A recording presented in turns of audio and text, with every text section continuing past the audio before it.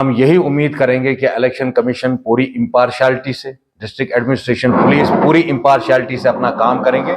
जिस तरह से पीसफुली पहला फेज हुआ है इलेक्शंस का मुनक्कद, उसी तरीके से ये फेज भी इख्तिताम पजीर होगा। मगर बहुत सारी शिकायतें जो पिछले 10-20 दिन से हम रिगरसली कैंपेन कर रहे हैं छानपुरा असेंबली हल्के में, आपको मालूम है ये पार्टी सिर्फ एक ही असेंबली निशस्त में पार्टिसिपेट कर रही है छानपुरा से, जहां से मैं खुद कंटेस्ट कर रहा हूं। वहां हमने जमीनी सतह पे देखा कि अभी भी लोगों में जो है वो ट्रस्ट फैक्टर मिसिंग है, क्योंकि बहुत सारी एलिगेशंस आपकी आई कि कुछ जो रिवायती पार्टियां हैं जो पहले से भी ये करती आई हैं, कोई पैसे बांट रहा है, कोई मुखालिफों के पोस्टर उतार रहा है, और बाकी ये जो सारी चीजें हैं जो नहीं होनी चाहिए ईसीआई की गाइडलाइंस के अंडर, वो सब हो रही है। नौगाम, महजूर नगर, नटीपोरा और बड़शा नगर के जो वार्ड है चारों, उसमें रिवायती तौर ये हमेशा किया गया है कि इलेक्शन की एक रात से पहले यही पॉलिटिकल पार्टियां पैसा बांटती है और उसके अलावा कुछ चीजें जो है एंटाइसमेंट देती है, वोटर्स को बहलाने फुसलाने की कोशिश करती है। यह इलेक्शन कमीशन की गाइडलाइंस, हिंदुस्तान का आईन इसकी इजाजत नहीं देता है कि किसी को पैसे देके वोट लिया जाए या किसी को डरा धमका के मसल पावर से उसको एंटाइज करके, उसको इंटिमिडेट करके उसका वोट हासिल किया जाए। हम आपके जरिए इलेक्शन कमीशन ऑफ इंडिया से और जो चीफ इलेक्शन कमिश्नर है यहां के, उनसे मुद्दाना गुजारिश करते हैं कि इस सब चीजों पर नजरसानी की जाए। 10 किलो की बोरी और 5,000 रुपए या 3,000 रुपए जो भी इन्होंने रेट फिक्स किया हुआ है वो करते रहेंगे। अगर जमहूरियत का इसी तरीके से आप लोगों को मजाक बनाना है तो आप इसका तमाशा देखते रहे, कम से कम हम इस पे खामोश नहीं रहने वाले। दूसरी बात, हमने ईसीआई को बारहाना तौर लिख के दिया कि 324 of the Indian constitution says everybody should have a level playing ground. आप प्रिंट मीडिया उठा के देख लीजिए, जितने भी इंडिपेंडेंट कैंडिडेट्स है या जो नई पॉलिटिकल पार्टियां हैं, उनको कितनी स्पेस मिल रही है। इस सब का जवाब हमें इलेक्शन कमीशन से चाहिए। आखिरी में मैं एक ही बात जो छानपुरा की आवाम से कहना चाहूंगा, जितना मैंने कैंपेनिंग में देखा और जितना 7-8 साल में जब से मैं इलेक्टोरल पॉलिटिक्स में आया, मैंने अपनी आवाम में एक फुकदान देखा इस बात का। जो पढ़े लिखे हमारे महजिब लोग हैं, इंजीनियर्स है, डॉक्टर्स है, एजुकेशनिस्ट है, सब लोगों को समझना है कि अगर हमें चेंज लानी है और अगर हमें किरदार वाले लीडर चुनने हैं तो किरदार वाले लीडरों के वोटर भी किरदार वाले ही होते हैं। इसलिए आप सबको आगे आना पड़ेगा।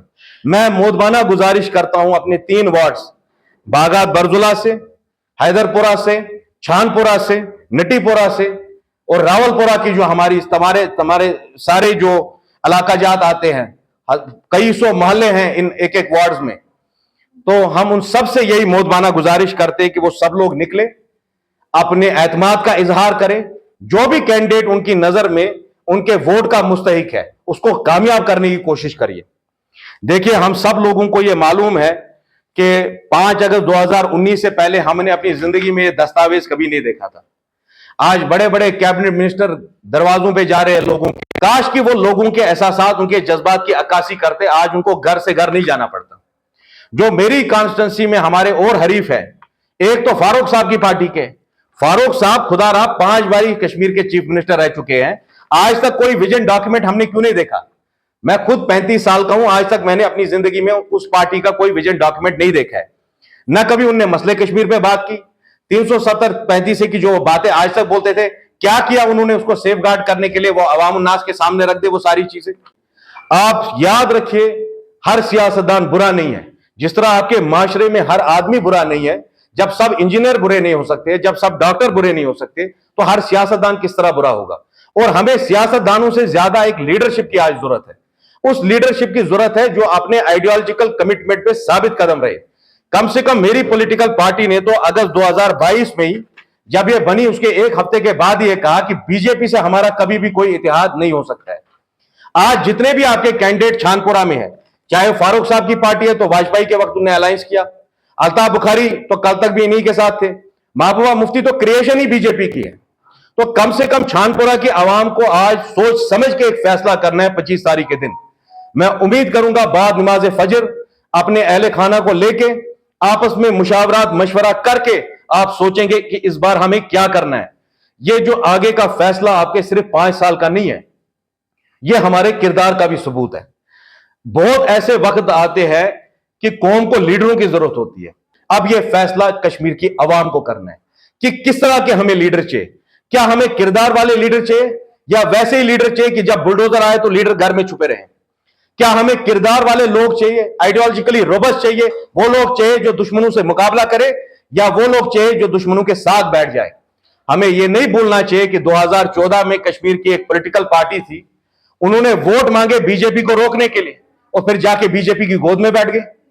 हमें यह नहीं भूलना चाहिए, तारीख मुझे आज याद दिलाती है, today we the people of Chandpora assembly constituency are at a very crucial juncture. मुझे तारीख याद दिलाती है, हर सियासी पार्टी जो है बुरे लोगों की पार्टी नहीं है।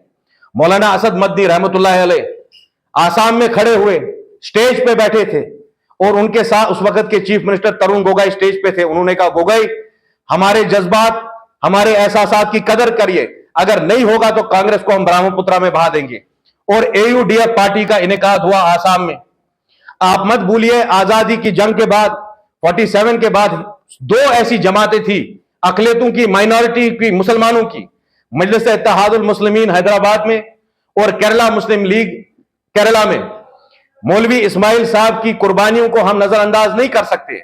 आज की जो पार्टी है वो जमाने जदीद की महाज रायशुमारी है, जो आज भी ये बोलती है कि 35 से 370 पे मसले कश्मीर पे कोई बात नहीं होगी। मेरे मंशूर का पहला नुक्ता है, मसले कश्मीर का अक़वाम मुत्तहिदा की करारदादों के मुताबिक बावकार हाल।